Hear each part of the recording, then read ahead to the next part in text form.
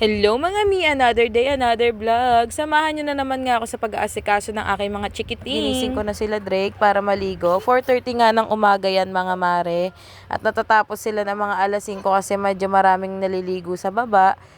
Nag-aantay pa sila doon bago sila makaligo. Tapos kakain na rin sila kay Mami Kay ng alas 5. Tapos 5:30 umaalis na sila ng bahay. Nagising na nga rin pala to si Maring Chantal at yan, dumede, kitang-kita nyo naman.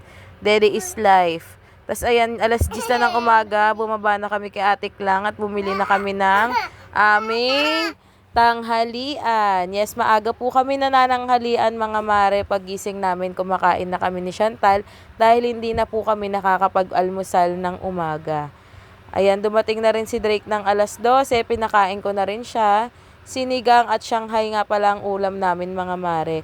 At ito nga pala yung mga tinitinda kong pabango. Kung gusto nyo umorder, mag-PM lang kayo sa akin. 180 pesos lang po yan. Pagkatapos ko nga pakainin ng mga bata, dinala ko na yung mga maruming damit namin dito sa laundry para naman malaban na yan. Naipunan nga kami ng damit mga mare dahil ang huling palaba ko pa ay noong December 30 bago matapos ang taon. O diba, napakarami.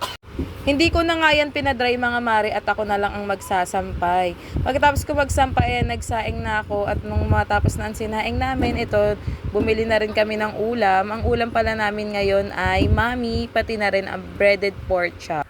Mas marami nga nakakain ng mga bagets kapag may sabaw ang ulam namin mga mare.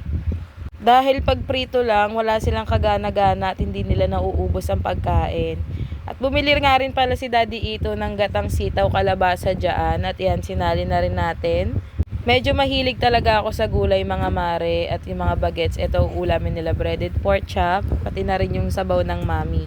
Kung wala nga kayong maisip na mabilan ng ulam, punta lang kayo dun sa May Hilo. Makikita nyo agad yung tindahan ni Kuya Bray. Medyo mababa lang yung tindahan nila. Pero makikita mo doon may mga nakalatag na lechong kawali at kung ano-ano pang mga ulam.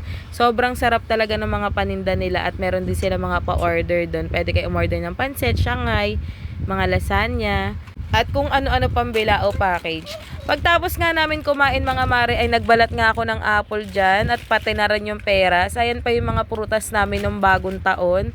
Ngayon pa lang namin siya makakain pero goods pa naman siya. Malutong pakainin at matamis. Akala ko nga ay matutulog na tong mga bagets pagtas kumain ng apple.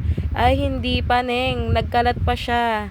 Ayan, at nagpabili pa siya ng price dahil nagugutom daw ulit siya. Kaya umorder kami kay Ate Aiko ng nacho fries. Kita nyo naman yan, 180 pesos lang. Meron ka ng 3 dip, mayo, garlic, cheese at yung spicy cheese.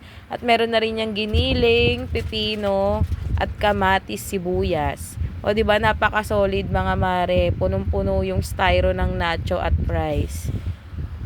Open nga pala ang fry station 2 p.m. hanggang 12 a.m. ng madaling araw. Yun lang mga mare, pa-like and share. Thank you!